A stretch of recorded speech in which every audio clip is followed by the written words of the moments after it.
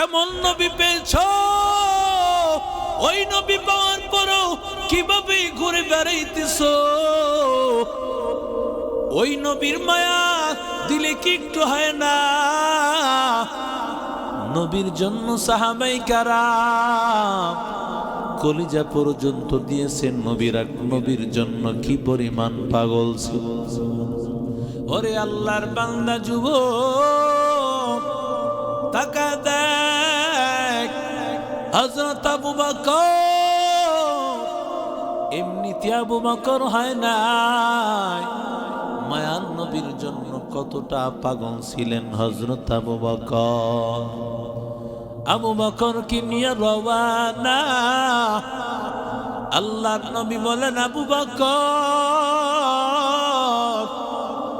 তুমি আমার মদিনার সাথী হইবা। আবু বকরকে এই কথা বলিয়া যেদিন নবী বিদায় হয়ে চলে গেলেন, মদিনায় যেদিন যাবেন আমার পয়গম্বর, মায়ার নবী রাতের বেলায় আসিয়া আবু বকরের দরজায় আওয়াজ। আবু বকর দরজা খোল। আওয়াজ করতে দেরি, সাথে সাথে হযরত আবু বকর দরজাটা খুলে দিলে। আবু বকর দাঁড়ায় আছে। আবু বকর তুমি কি ঘুমাও না?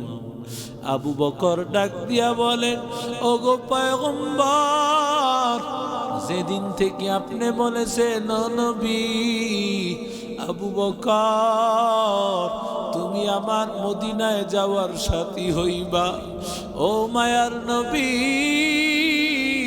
আল্লাহর কসম, ওদিন থেকে আমি আবু বকর মাথাটা আমি বালিশে লাগাই নাই, আমি এইভাবে দরজার সামনে দাঁড়ায় আছি গো নবী, কারণ কখন আসি আপনি ডাক দেন, আর আমি আবু বকর যদি ঘুমাইয়া থাকি আপনার আওয়াজ শুনতে পাইব না।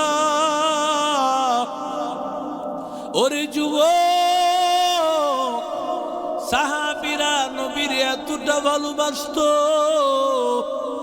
আবু বকর ডাক দিয়া বলেন, পয়গম্বর আমি একা ঘুমাই না তা না, আমার ছোট্ট মেয়ে আসমা সেও ঘুমায় না, আপনার জন্য রুটি বানায়া রেডি হয়ে আছি, কখন পয়গম্বর মুহাম্মাদুর রাসূলুল্লাহ আসবে আমাদের জন্য রুটি খাবার তৈরি করে রেখেছে। ওরে আল্লাহর বান্দা যুবক, ও আল্লাহর গোলাম, হযরত আবু বকর বলে, পয়গম্বর শুধু তা না, আমি একা ঘুমাই না তা না, আমার আসমা ঘুমায় না তা না, ওই খুঁটির গোড়ায় তাকায় দেখে আমাদের যাওয়ার জন্য যেই বাহন, ও নবী সেই উটটাও ঘুমায় না, ওট অপেক্ষায় আছে কখন নবী আসবে, কখন নবী আমার উপর উঠিয়া মদিনার দিকে নবী রওনা করবে। ওরে আল্লাহর বান্দা যুবক, মায়ার নবী রাহমাতুল লিল আলামিন, আল্লাহর নবী রওনা করেছেন। মায়ার নবী যখন রওনা করেছেন মদিনাতুল মুনাওয়ারার দিকে, চলতে চলতে আমার মায়ার নবী ক্লান্ত হয়ে গেছে, তৃষ্ণার্ত। এমন সময় হযরত আবু বকর চিন্তা করলেন, আল্লাহর নবী তৃষ্ণার্ত হয়ে আছেন, আমার নবীর জন্য কিছু পানীয় ব্যবস্থা করা দরকার। কোথায় পাবেন এই মরুভূমি অঞ্চল, কোথায় পাওয়া যাবে পানি? তাকায় হযরত আবু বকর দেখতে পান এক রাখাল, ওই মক্কা নগরীর একজন রাখাল, তার কাছে অনেকগুলো ছাগলের পাল, অনেক ছাগল দেখা যায়। ডাক দিয়া বলে, ও রাখাল, ফাআল আনতা হাল হালিবুন লানা, তুমি আমাদেরকে একটি দুধ দহন করে দিতে পারবা কিনা? রাখাল বলে হা দিতে পারবো। এবার দুধ দহন করার জন্য রাখাল যখন রেডি, হযরত আবু বকর বলেন হাতটা ভালোভাবে ধৌত করে নাও। সুবহানাল্লাহ বললেন, হাতটা ভালোভাবে ধৌত করে নাও।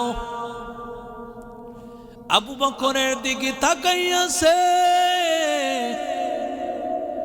হযরত আবু বকর বলে শুধু তা নয়, ভালোভাবে তুমি দুধের ওলানটাকে ধৌত করে নাও। হযরত আবু বকর তার দিকে আবু বকরের দিকে তাকায় আছেন। আবু বকর ডাক দিয়া বলে, জানোনি এই দুধটা কে পান করবে? ওরে রাখাল, এই দুধটা যেমন তেমন লোক পান করবে না, এই দুধ পান করবে আমার পয়গম্বর দু জাহানের সরদার, সরকারে দু আলম, আমার পয়গম্বর রহমাতুল লিল আলামিন, আমার মায়ার নবী এই দুধ পান করবেন। সুতরাং তুমি এমন দামি মানুষ কখনো তুমি পাইবা না। ভালোভাবে হাতটা ধৌত করে নাও, দুধের ওলানটা ধৌত করে নাও।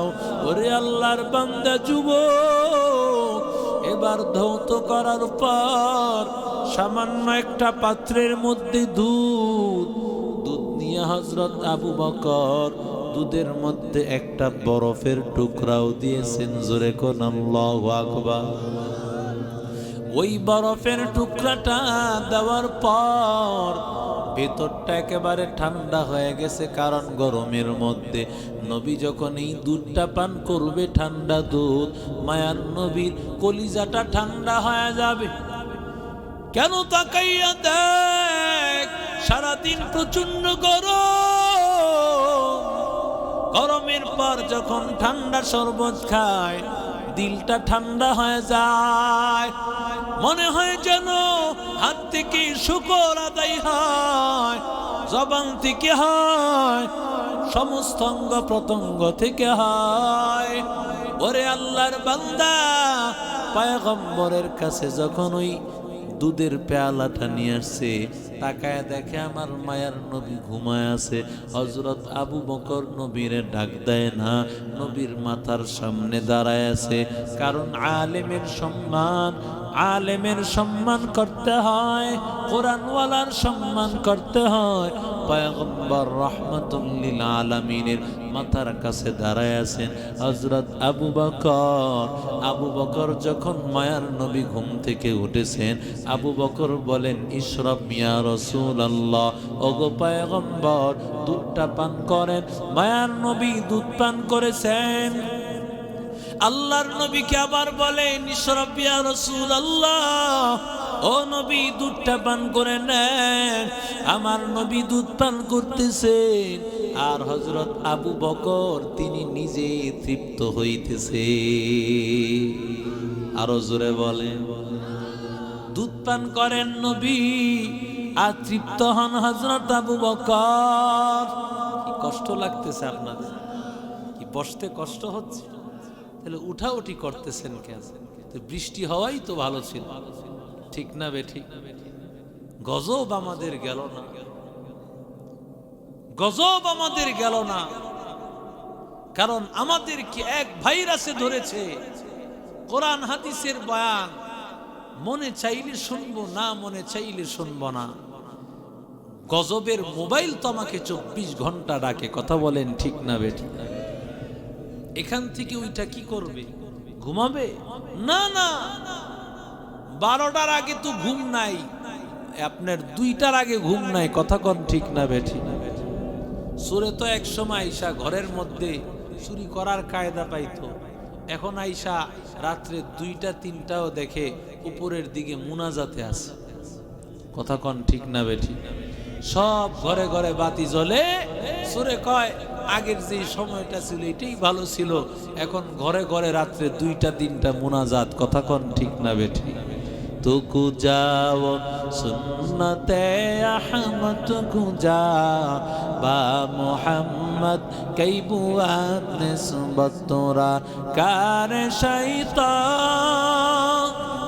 میکنی نعمت ولی گرولی لعنت است ای برولی هم صورت و هم سیرت مصطفی در تمامی حالیو کن اتباع اتباع سنت خیر البشر گیر لازم تاب یابی ای پسر زور کن الله اکبر